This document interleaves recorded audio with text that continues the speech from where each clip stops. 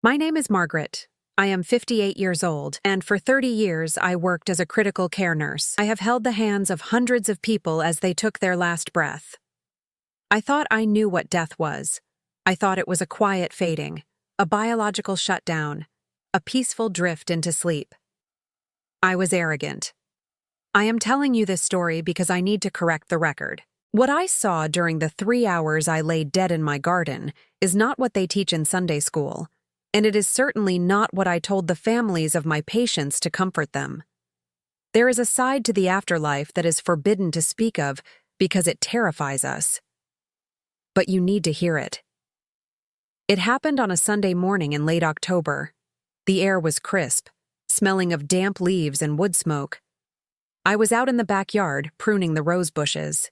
I remember being frustrated because one of the stems was stubborn, refusing to be cut. I was angry at a plant. That was the state of my soul at the time. Impatient, rigid, always trying to force the world to be neat and tidy. I didn't feel pain at first. I felt a sudden massive silence. The birds stopped singing. The wind stopped rustling the leaves. It was as if someone had hit the mute button on the universe. Then the sky turned a violent shade of purple, not a natural color, a bruised electric violet. I dropped the shears. I tried to turn back toward the house to call for my husband, but my legs were no longer there. I crumpled into the dirt. I remember the smell of the wet soil pressing against my nose. I remember thinking, this is undignified. I am wearing my old gardening coat. Even in death, I was worried about appearances. The darkness didn't come from the outside. It came from the inside. It erupted from my chest like a geyser of black ink, spilling over my vision. Then, the snap. It felt like a rubber band breaking inside my brain. Instantly, I was hovering 20 feet in the air. I looked down. I saw a woman lying face down in the mulch. Her left leg was twisted at an awkward angle. She looked like a discard pile of clothes. I felt zero connection to her. I knew it was Margaret, but Margaret felt like a coat I had finally taken off after a long, hot day. I felt lighter. I felt expanded. But then, the gravity shifted. Most people talk about floating up. I didn't float up. I was seized.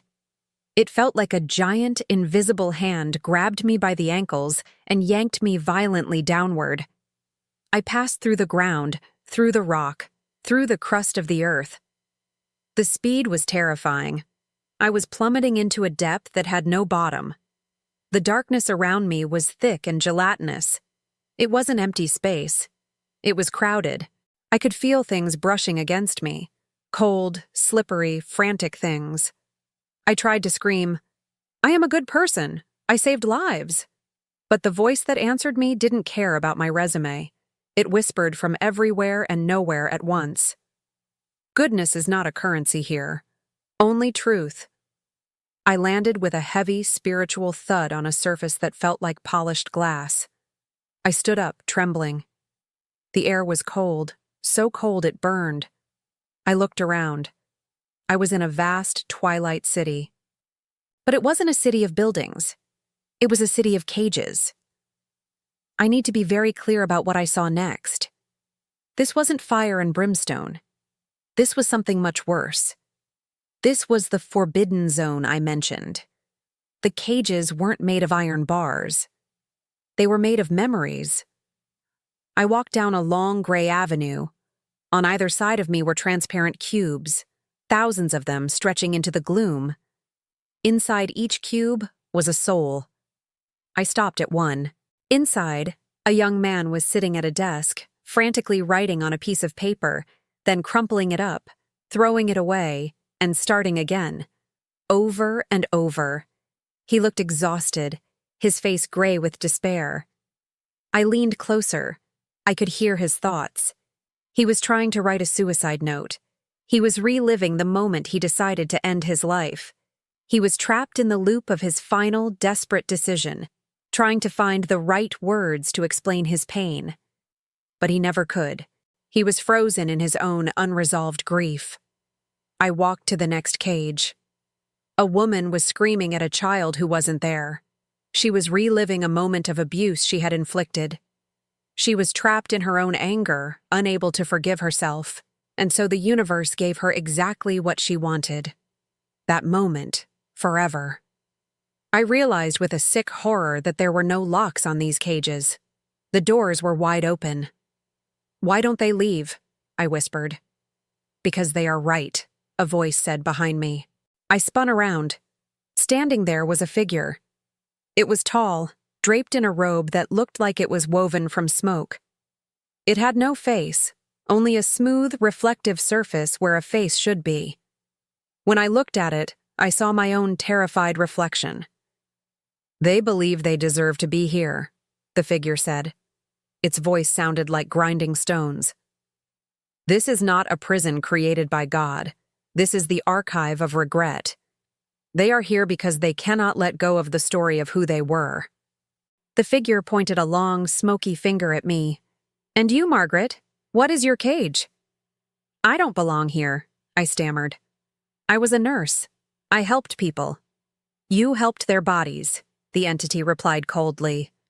"But did you love them? Or did you judge them?" The question hit me like a physical blow. I thought back to the addicts I had treated with disdain, the suicide attempts I had rolled my eyes at during long shifts, the way I had prioritized efficiency over compassion. I did my job," I said, my voice trembling. "Come," the entity said. "You must see the machinery." We walked toward the center of the city. The ground began to vibrate. I heard a sound like a massive loom, a rhythmic thump hiss, thump hiss. We approached a massive wall of black obsidian. There was a gate, guarded by two more of the faceless entities. They radiated a power so intense it made my spirit ache. This was the boundary. This was the place living humans are not supposed to know about. "What is behind there?" I asked, shrinking back. "The source of the law," the guide said. "The reason why you cannot lie anymore." The gates groaned open. "If you are listening to this, I need you to understand. What lies beyond death is not a cloud. It is a system of absolute terrifying justice." I stepped through the gate. The room beyond the gate was blindingly white. It wasn't empty. It was filled with threads. Imagine a spider web the size of a galaxy. Trillions of glowing strands, intersecting, knotting, weaving together. Some strands were gold, some were black, some were blood red. "This is the tapestry," the guide said. I looked closer. These weren't just strings. They were connections. I saw a golden thread pulsing with light. I touched it, and instantly I felt a rush of pure joy. I saw a grandmother baking bread for her grandson.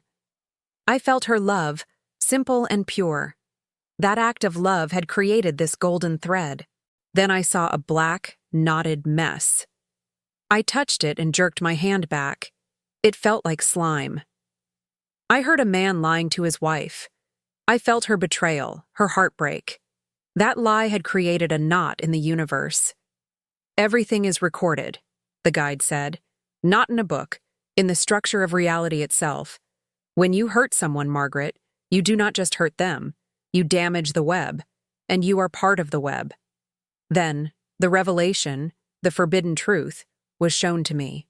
I was pulled toward a specific section of the web, my section. I saw my life. But I didn't see it from my eyes. I saw it from the eyes of everyone I had ever met. I saw myself standing over a patient's bed. He was scared, asking for water. I saw myself checking my watch, annoyed, handing him the cup without looking at him. I felt his isolation. I felt his shame at being a burden. I felt the coldness of my own hand. It was agonizing. I fell to my knees, or what felt like knees. I was burning. The fire wasn't external. It was the burning of my own lack of love. "Stop," I cried. "Please, stop." "We cannot stop it," the guide said. "You are simply feeling what you created. This is the judgment. You judge yourself by finally feeling the truth of your actions." I realized then that hell, isn't a place you are sent to. Hell is simply feeling the pain you caused others, without the filter of your own ego. I saw the judgment of the church and the harsh words I had spoken to my son when he chose a career I didn't approve of. I felt his crushing disappointment. I felt his feeling of abandonment. I wept. I have never cried like that in my life. It was a purging. I was being unmade. I wasted it, I whispered. I was so focused on being right that I forgot to be kind. The guide stepped closer. The reflective face suddenly changed. For a second, it looked like my son. Then it looked like my husband. Then it looked like the patient I had ignored. You have seen the machinery, the guide said. You know now that every action is a thread. You can stay here, in the cage of your regret, or you can go back and weave a new pattern. I can go back? I asked, looking at the complex, beautiful, terrifying web. It will be painful, the guide warned. Your body is broken, and you will carry this knowledge. You will never be able to be small again. You will never be able to lie again, because you know the lie becomes a knot. I looked at the black knots I had created. I wanted to untie them. I wanted to fix the web. Send me back, I said. I have work to do. The guide placed a hand on my chest. It felt like a branding iron. Then go, and tell them. Tell them the web is real. The white room exploded. The return was not gentle. It was like falling from a 10-story building and landing in a body made of lead. I slammed back into myself with a gasp that sounded like a scream. I was no longer in the garden. I was in an ambulance. The siren was wailing, a chaotic, earthly scream that hurt my ears. I felt the rhythm of chest compressions. Crack, crack, crack. My ribs were broken. She's back. We have a pulse. I tried to open my eyes, but they were swollen shut. I tried to speak, to say, I saw the web. I saw the cages. But all that came out was a gurgle of blood and saliva. The pain was absolute. Every nerve ending was firing. But beneath the pain, there was something else. A clarity. A vibrating, golden awareness. I spent 3 weeks in the ICU. The doctors told me I had suffered a massive cardiac event. I had been clinically dead for nearly 3 hours before they managed to restart my heart in the ER. They called it a Lazarus syndrome event.